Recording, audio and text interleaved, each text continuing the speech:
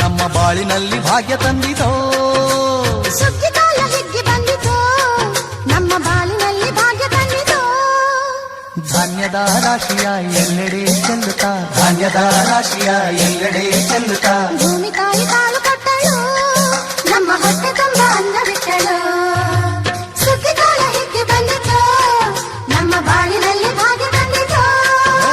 ಸುಗ್ಗಿ ಕಾಲ ಹಿಗ್ಗಿ ಬಂದಿತೋ, ನಮ್ಮ ಬಾಳಿನಲ್ಲಿ ಭಾಗ್ಯ ತಂದಿತೋ.